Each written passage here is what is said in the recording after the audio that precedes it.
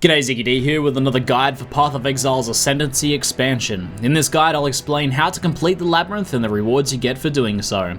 The Labyrinth is a new and challenging dungeon that is a series of maze-like zones filled with traps, treasures, secrets, and a series of showdowns with the Labyrinth's creator, Izaro. To make things even more challenging, once in the Labyrinth you cannot leave. If you die, log out, or portal to town, you will lose all progress on that run, and you must start completely over. It's like Path of Exile's own mini roguelike, and commitment is the name of the game. You'll gain access to the Labyrinth in each difficulty after completing the 6 trials spread throughout the first 3 acts. If you'd like to learn more about the trials, then check out my trials guide linked in the description below. Once you've completed the trials, this statue in Act 3 will open, giving you a portal into the Labyrinth. So, let's talk about the layout and how you progress through the Labyrinth. Now, the Labyrinth is comprised of a series of interlinked zones that you must navigate. Some zones will progress you forwards, while others will be side areas, usually dedicated to some additional form of loot or reward, though often they also come with an associated challenge as well.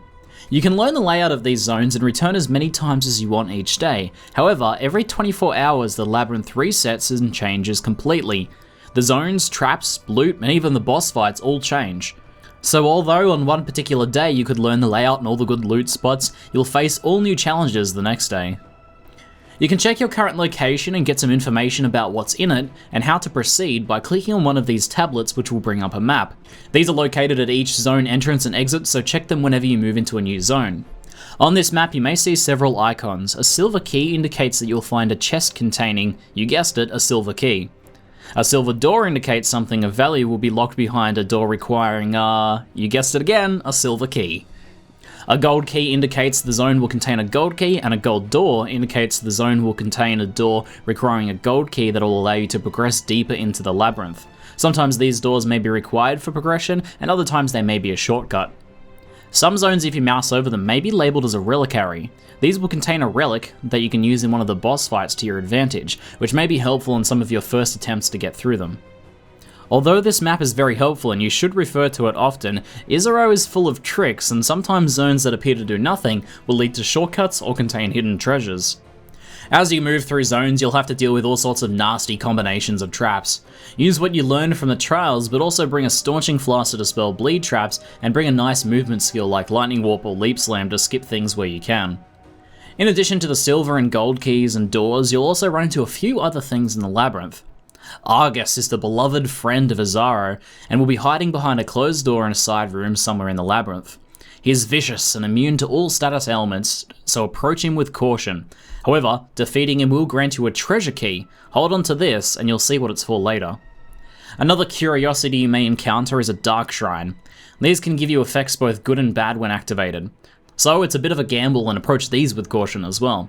Sometimes they'll apply a buff to every monster in the entire Labyrinth, including Izaro himself, with the upside of giving you more loot in return.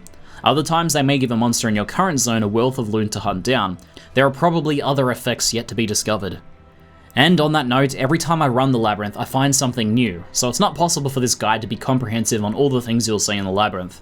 Many of the random secrets and puzzles you'll have to find yourself.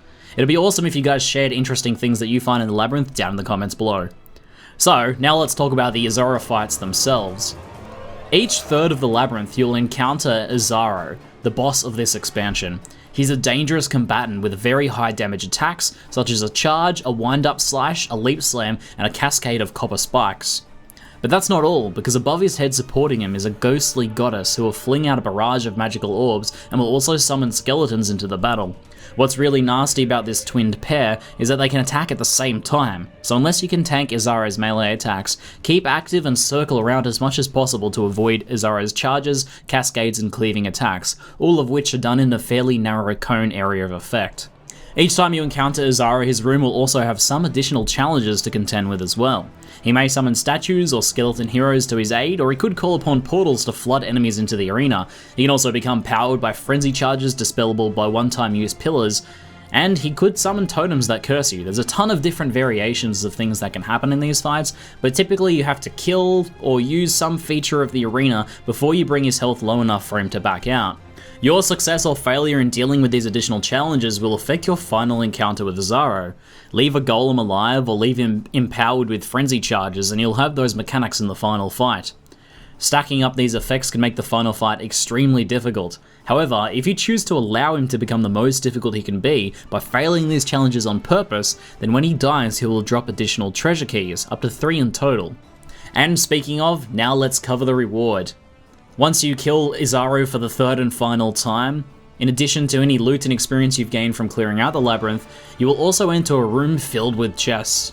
These are where those treasure keys come in handy. So far I've been able to enter this room with a total of 4 keys, 3 from Izaro, fully powered, and 1 from Argus.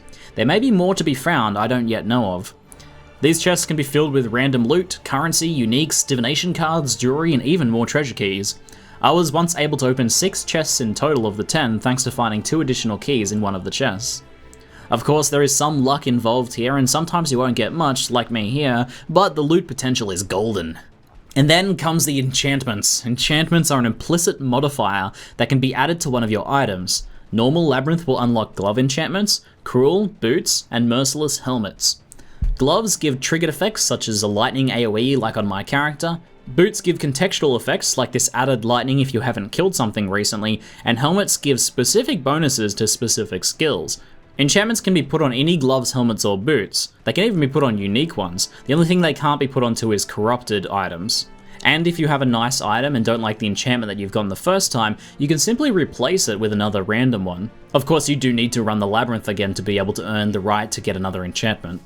Your stash is handy nearby as well if you want to fetch an item to enchant. And then finally we come to the most major benefit of the labyrinth and what will have everyone run it at least 3 times, Ascendancy classes. Once you have proven yourself, Izaro grants you the right to ascend and choose an Ascension class. Each of the 3 difficulties grants you 2 Ascendancy passives to spend in your powerful new class. Don't worry if you make a mistake or change your mind later, these can be respec using 5 normal respec points per passive, and you can change your class later by running the labyrinth again and selecting a new class with no Ascendancy points currently spent. Now, while that's it for this guide, there is so much to the labyrinth, so many hidden secrets and clever strategies still to be discovered. I'll be right there with you guys exploring its depths and reaping its rewards. That's it for now, I'm ZiggyD, and thanks for watching.